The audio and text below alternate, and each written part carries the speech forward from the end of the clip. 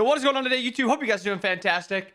Today's video is going to be focused on Terra. I'm going to be talking about kind of why she is underperforming a little bit, because currently she is the lowest pick rate for Guardians in the game, support Guardians in the game, and she is the lowest win rate. So it's a combination of being hard to play and also not very good. But I think currently she's actually got a very easy way to play her that is very strong, that really a lot of people aren't doing, and it's a pretty free way to get some MMR. Her difficulty comes in like the middle portion and the earlier portion of the game, where it requires like a little bit of wall placement, some auto attacks to like actually play around.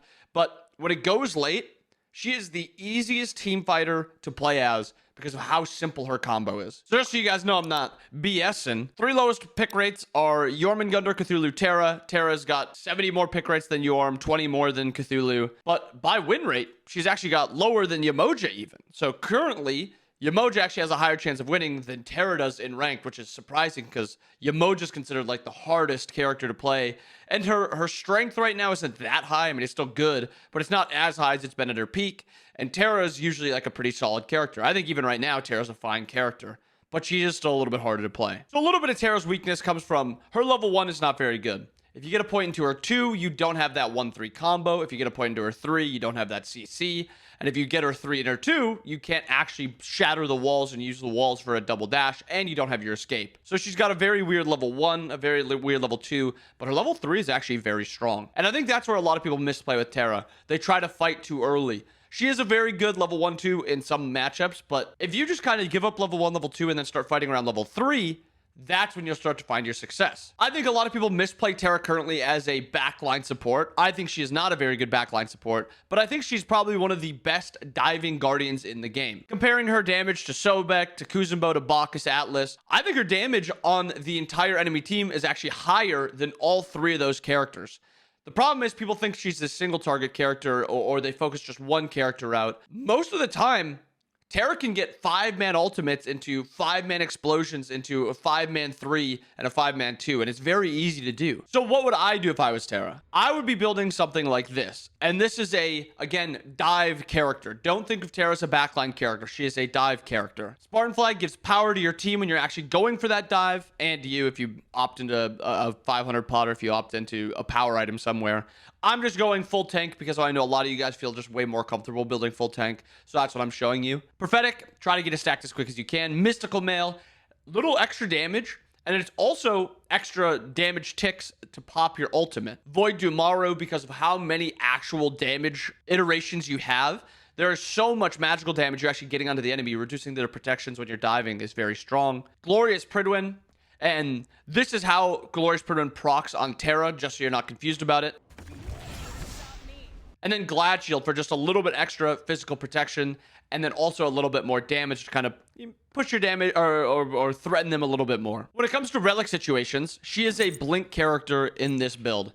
You need blink, and this also just gives you a little bit extra damage to actually threaten the enemy team. So don't think, I need double backline relics, I need shells, I need meds. You don't need that. You're playing to dive at them. You're playing like a Scorching Blink and a Horrific Emblem playstyle. You're just trying to get into the enemy backline and threaten them with damage, and then hope your team is there to follow up. Now, the problem with Terra is with this playstyle, she's going to play a lot more like Kuzenbo, where you're not ever looking to peel for your team. So maybe sometimes you have to type it like, yo, I'm going to be diving a lot this game. I'm not going to be with my backliners. Make sure you guys are playing safer, something like that, or play a safer god. But this build does so much damage. Mystical Mail ticks, Dumaru doing extra damage, Pridwin, Glad Shield. And on top of it, Terra's got very high damage. So think about it. You blink ult in the late game. Your ult is going to be doing 400 damage. Your 3 shattering, so you're going to be dashing through your 3, does 210 damage. If you get the dash onto them, it does 260, and you can get that twice. And then the clap, if you want to clap them or if you want to dash through it, you can do up to 260 or 190 dashing through them. So what does it look like when it gets to that later portion of the game? How are you supposed to play team fights? How are you supposed to play the laning phase? It's all very simple, like I said. So once you hit level 3 and you actually have some threat in lane, it's very easy what you want to do. All you want to do is just put your 3 in between.